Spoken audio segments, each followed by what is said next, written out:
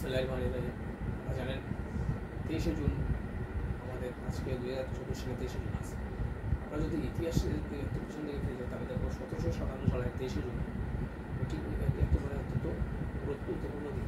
এই 1757 সালের 23শে জুন পলাশী নামক রানী নবাব সিরাজউদ্দৌলা কিন্তু ব্রিটিশদের সাথে যুদ্ধে পরাজিত হয়েছে। আসলে নবাব সিরাজউদ্দৌলা সেখানে যুদ্ধে পরাজিত হন নাই কিংবা ব্রিটিশরা কিন্তু বিজয়ী হয় না, সেখানে ষড়যন্ত্র বিজয়ী হয়েছে।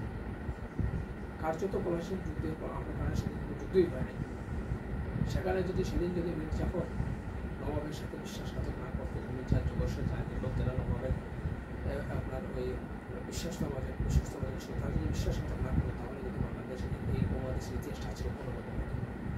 1757 সালে 23শে জুন আমাদের স্বাধীনতা হস্তগত হয় এবং আমরা 200 বছর আমরা ব্রিটিশদের গোলামি করতে হয় এবং এরপরে দুটি রাষ্ট্র হয় ভারত এবং পাকিস্তান নামে। আরও 24 বছর আমাদেরকে পাকিস্তানের গোলামি ছেড়ে আবদ্ধ হয়। এই 1757 সালে 23শে জুন যখন আসে কিন্তু পলাশী দিবসটা কিন্তু ঠিক মতো পালন হয় না। অনেকে কিন্তু মনেই রাখেন যে আসলে পলাশী যুদ্ধ হয়েছে, এটা মনে রাখতে হবে। আবার সেই 1757 সালে 23শে জুন পলাশীর যুদ্ধে নবাব সিরাজ ব্রিটিশদের নিকট পরাজিত হয়েছিল।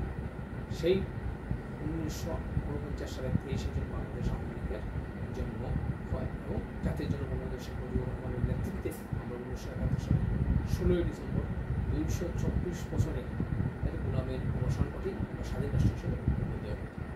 আজকের এই দিনে নবাব সিরাজকে এবং পলাশীর যুদ্ধে যারা বাংলার স্বাধীনতা রক্ষা করার জন্য প্রাণ বিসর্জন দিয়েছেন এবং এরপরে 200 বছর ব্রিটিশদের বিরুদ্ধে সংগ্রাম করে সেই সকল স্বাগত প্রদানকারীদের সকলকে শহীদদের প্রতি নিল বিনম্র শ্রদ্ধা।